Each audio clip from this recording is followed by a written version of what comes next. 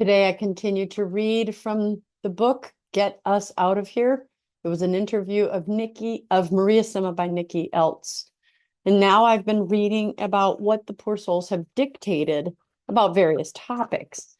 Today, and this one might get a lot of us, especially if you're a procrastinator or you think you can multitask or you're putting things off.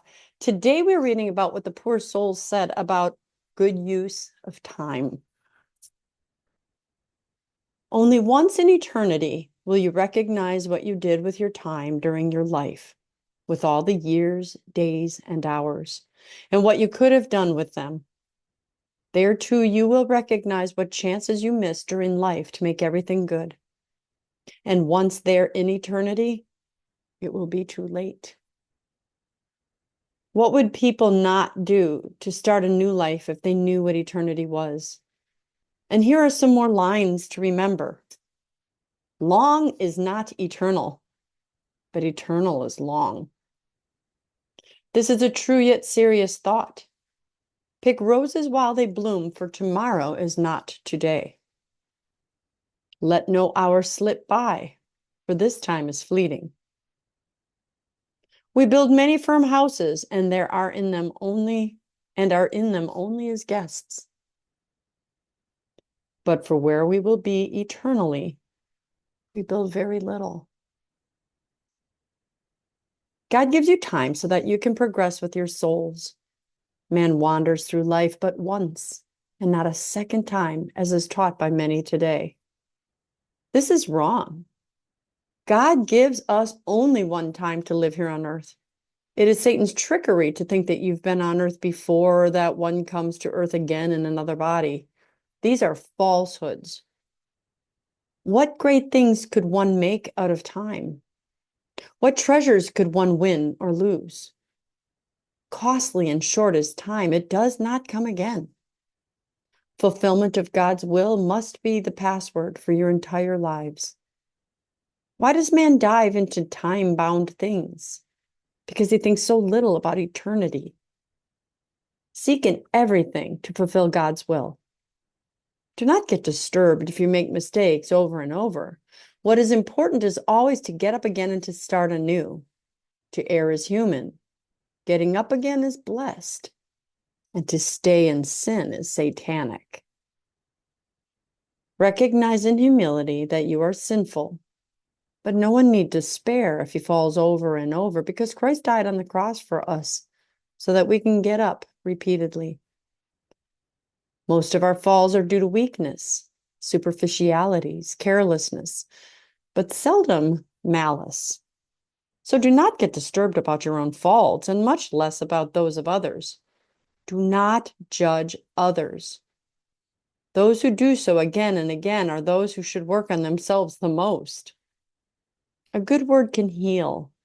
A nasty word can kill. So never judge others. Let no day go by without a good word or a good deed. One should carry the other's burden.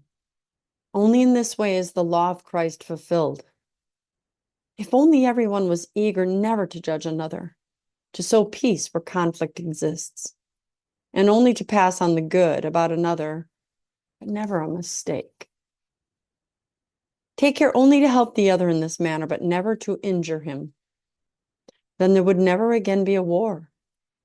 Was this the case, not half as many people would be in purgatory and hell, and hell would be empty. Do good for others as long as you have time for it. A time will come when you can do no more and will only reap what you have sown. Do not judge others, but only yourself. That is the beginning of peace on earth. A good Christian has a firm decision in him only to fulfill God's will.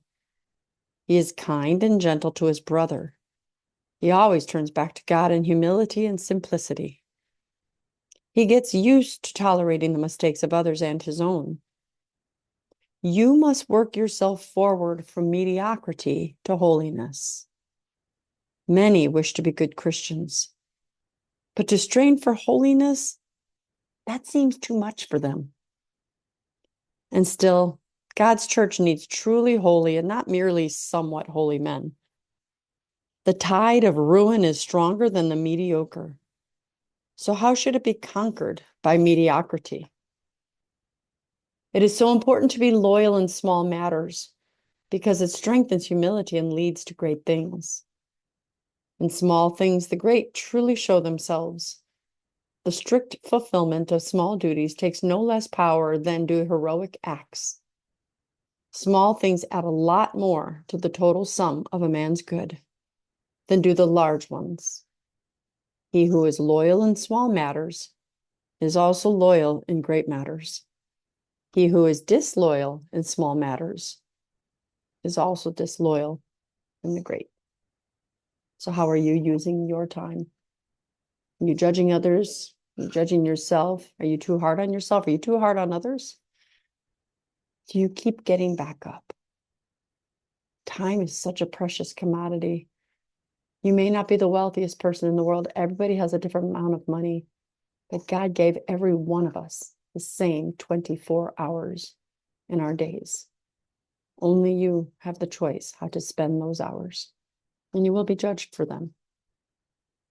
I'm Dr. Christine Bacon. Thanks for watching yet another informational Bacon Bit. And as always, remember to live your life sunny side up.